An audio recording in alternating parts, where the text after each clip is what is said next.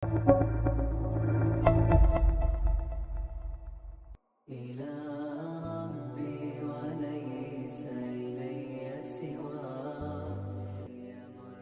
saya Imam Hakim bin Abdul Rais, pelajar Ijazah Sarjana Muda Antropologi dan Dakwah dari Universiti Sultan Zainal Abidin. Baik, awalnya saya mengalu-alukanlah kedatangan adik untuk membuat temu bual ni. Saya wakil syarikat Faizah Syam Berhad daripada Jabatan Apakah peranan utama Jabatan Logistik dalam operasi keseluruhan syarikat?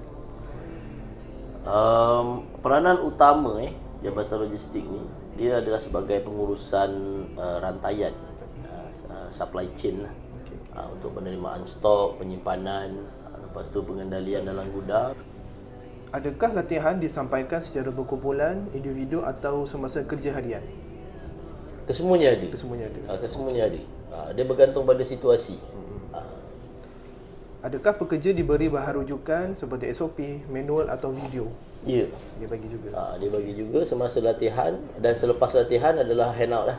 Untuk dia orang keep sebagai dia orang punya note, sebagai rujukan selepas. Jadi dari segi prestasi pekerja, adakah latihan ini membantu mereka bekerja dengan lebih cekap dan selamat?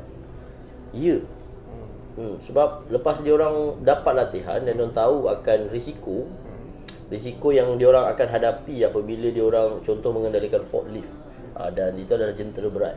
So apa risiko jentera berat, dia orang dah aware, so dia orang lebih berhati-hati berbanding sebelum latihan yang mana dia orang beranggapan lebih kepada benda yang seronok tanpa tahu risiko. Jadi kat sini ada peningkatan daripada segi inilah. Semasa mula bekerja di sini, apakah jenis latihan yang diberikan kepada anda?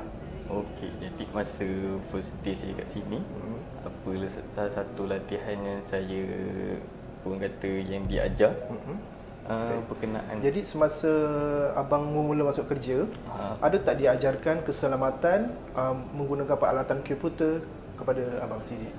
Ada keselamatan. Berkenaan komputer pula, kita akan key in KMB untuk di loading dan dinaikkan pada lori. Okey. Dan kita akan permit. Assalamualaikum warahmatullahi wabarakatuh. Okey dah.